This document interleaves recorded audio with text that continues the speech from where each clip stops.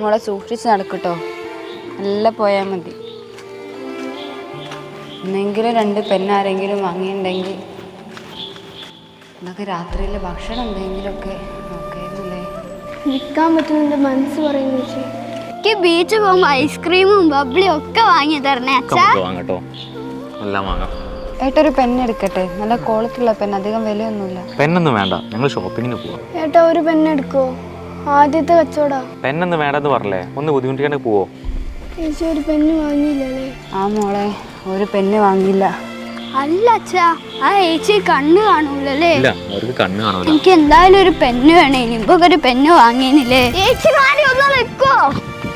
ചേച്ചി എനിക്കൊരു പെണ്ണ് വേണം. ഇതാ മോനെ, ഇത് നല്ല പെണ്ണാ, സ്പീഡിൽ എഴുതാൻ പറ്റും. മോനെ, ഒരു പെണ്ണ് 5 രൂപയുള്ളൂ. ചേച്ചി അത് കുഴപ്പമില്ല, എന്തെങ്കിലും ആവശ്യം വരൂലേ? ചേച്ചി വെച്ചോളി.